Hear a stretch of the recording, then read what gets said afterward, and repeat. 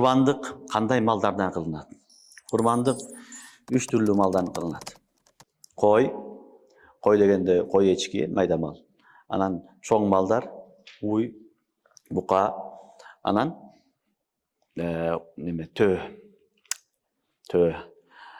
Erkek ırgatçı jaray beret bardygy. Mına uşul 3 türlü gana janawardy kurbandygy kılınat. Sen ayt günü alып kelip, bayagıday kımbat bağlı nefes soysoğundan kurbanlık jarabaydı. Kiyik soydun misалы, alып keldiğinden kurbanlık kılam dedin.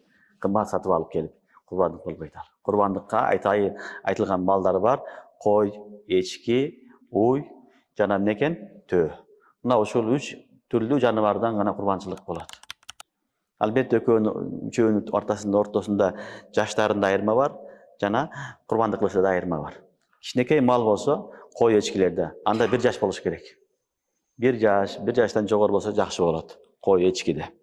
Albatta эгерде koy 6 aydan козусу 6 aydan чоң болуп, баягы койлору кочкондо 1 жашар койлордой көрүнсө, ошондой чоң болсо жарай берет.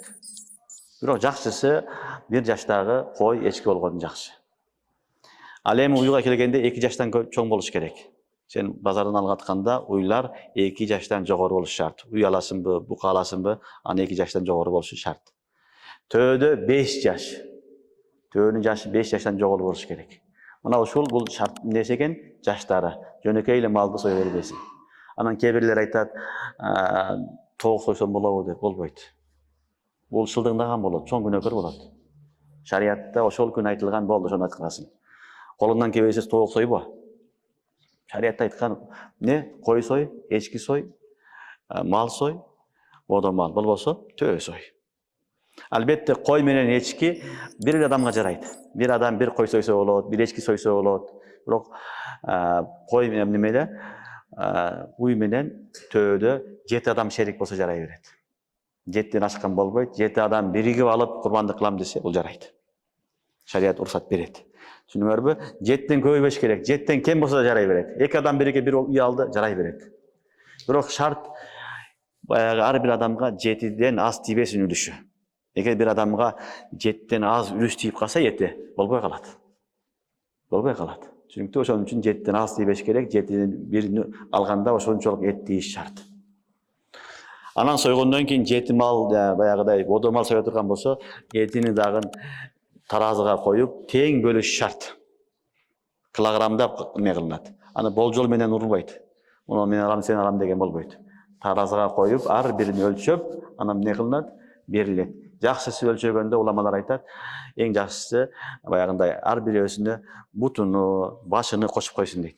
Бирөөсүнө bir бутуну, бирөөсүнө bir башыны кылып. Ошондо эмне болот? Жынсык айланчысы болуп, маселе жеңилирээк болот.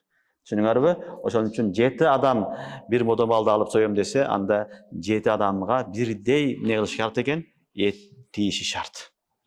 Бирөөсүгө азыраак, бирөөсү көп кылган болбойт. Таразы менен коюш керек. Болжол менен кылганга шарият уруксат бербейт. Жана bir адам 7'den az хиссан алып калса, үлүшүнү ага дагы жарабайт. Жана эң негизги нерсе 7 адам биригип курбанчылык кылганда бардыгынын ниети курбанчылык болуш керек. Бирөөсү эле мен эт жеймин, эт алып алайын деп курбан акча берген болсо, жарабайт ал. Жарабайт. Ошонун себебинен бүт баарынын 7 адам, bir адам кесепети менен 6 адамдын да курбанчылык жарабай калат.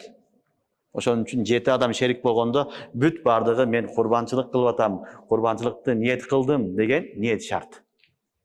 Бирөөсү эт жеймин деген болсо бүт өлдү. Bir malдын бардыгы